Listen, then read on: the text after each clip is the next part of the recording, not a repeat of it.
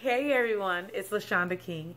Thank you so much for subscribing to our LDK YouTube channel and for following us at Queen King Slays on Instagram. Welcome to Transparency Thursday, where I openly and vulnerably share a life experience in hopes that my transparency will help somebody else. So you might have heard of a song called Bad and Bougie, but today I want to talk about a concept called sad and selfish. Yes. So as a counselor, I am constantly doing all that I can to keep my mind and to keep my conscience and my feelings clear. With that being said, I talk a lot about my problems. So I have therapists, well, a therapist. I have a therapist. I have, friends and family members.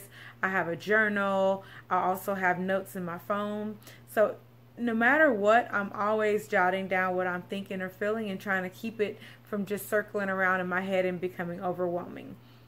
So one of the ways that I process is to talk to friends and family members about things that are going on.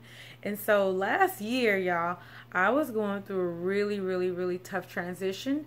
And just to be honest, I was sad a lot. And my sadness, I'm typically a really upbeat, happy person. I process my feelings and I kind of keep it pushing. But y'all, it was a lot going on. A lot of different things happened at one time, which led me to be really sad. I hadn't been able to find a consistent counselor. And even when I did have one, I was just so overwhelmed with all the things that were going on that in addition to talking to my counselor, I still needed to confide and talk to family or friends. So the concept of sad and selfish is basically based on being called out by one of my really good friends. I was really so sad that I started to only be in my own head. I started to only think about myself, how I was feeling, what I was doing, what I wanted to do, what I wanted to talk about, and I wasn't being very considerate to other people, and that's just not okay. So how that looked is when I would call them, as soon as I got on the phone, I would say hello, and they would say hello back, and as soon as they said, "How are you?"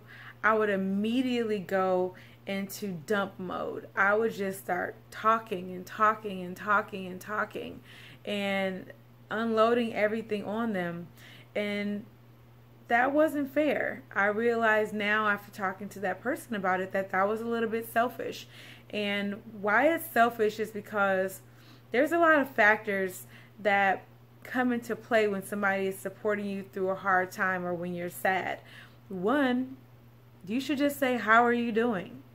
Like, you need to know how that other human is doing. Maybe they had a challenging day.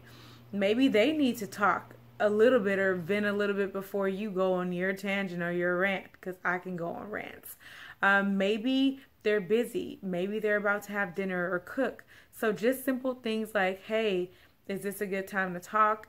I kind of have a lot on my mind. Is it okay if I share with you? How was your day? Do you have the emotional capacity to kind of hear me out right now? How much time do you have to share?" I didn't ask any of those questions. And so as a result, our conversations felt very one-sided. They felt very selfish. I was not being very considerate of the people who were supporting me.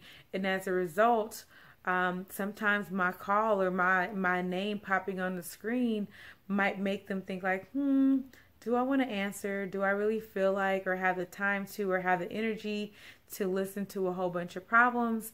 I didn't give people a chance to opt out or to say no. But once you start going, like, nobody wants to really be rude and stop you. So I realized that in my sadness, I had become really selfish.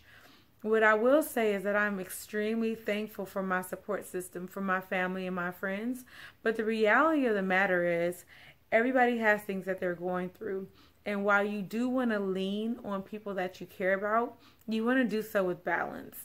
You want to recognize that they may have things going on themselves, and also that they might not be the best person to help you on a consistent basis. Somebody can love you, but not be the right person to vent to all the time.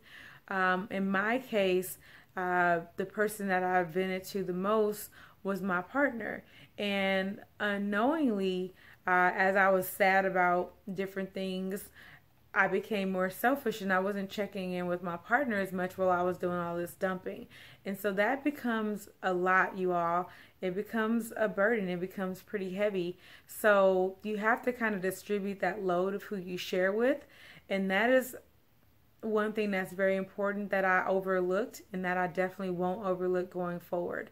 Another thing that I will say, if you're really sad and have a lot going on, is to consider getting a counselor. Although you have a best friend, you have a parent, you have a sibling, you have a cousin, you have a confidant, you also need to have an objective third party that can be there to help to support you with whatever you're going through. Get a therapist, you all. Talk to a pastor, talk to somebody in the mental health field, talk to a social worker. A lot of times people don't realize that your insurance covers it, that your church may offer free services, that there's resources out there, you all. I'm happy to answer questions if you have trouble finding a counselor. A counselor is trained to be an open ear, to be empathetic, to not compete for talk time with you, to not insert a whole bunch of their experiences while you're trying to share yours. They're there to listen. Counseling sessions range anywhere between 45 minutes and an hour and a half, and they're super beneficial for getting stuff off your chest. Of course, again, you should be a good human and ask how your counselor is doing, but you don't have to make sure they have the emotional bandwidth to accept everything you're about to say to them, because that's their job to process it on their own. So typically, most counselors actually have their own therapists and process with their therapist to make sure that they have what they need to be a good listener and a good therapist for their clients. I had a friend who didn't want to go to a therapist because she felt like they didn't actually care, and she wanted somebody to care while she was going through her problems. And while I agree with that, caring can get overwhelming. What I noticed in my situations is that I was being sad and selfish, but as I was being sad, other people that cared about me were being selfish for me. It's hard for people who love you and care about you to see you sad and to not put you solely first. Like, it's hard for loved ones to really be your confidant because they're not objective. They're not a neutral third party. Their allegiances to you. So a lot of times you want a neutral perspective. You do want a cheerleader. You want somebody to affirm your experiences and what you're going through, but you don't want somebody to bad talk a partner or to say things that might be triggering to you, like, you know, what did you do to cause that to happen, or this and this and that. So a good therapist is trained to listen, to respectfully and lovingly confront or call out conflicts in what you're saying. They're trained to listen. They're trained to be open and empathetic, to ask open-ended questions, and to help you to think through your problems and create solutions on your own with their guidance. They help you to build coping skills and ways to get through the situation that you're going through. So, but when you're dealing with loved ones and family members, I don't want you all to be like me when I got so sad that I was being selfish. If you are going to utilize the support of loved ones, make sure that you're being thoughtful, that you're being considerate, that you're asking questions of them, and making sure that you are being a good steward of their energy that they're sharing with you, that you're being a good steward of the bandwidth of emotions that they have. Ask questions, you all. Be kind, be thoughtful.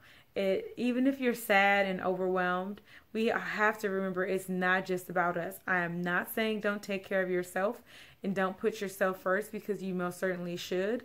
But when interacting with other people and receiving their support, there should be a balance. This is a different kind of Talk About It Tuesday for me, because I was just reminded of this recently. But as people help you, help them. Be kind. Don't be selfish.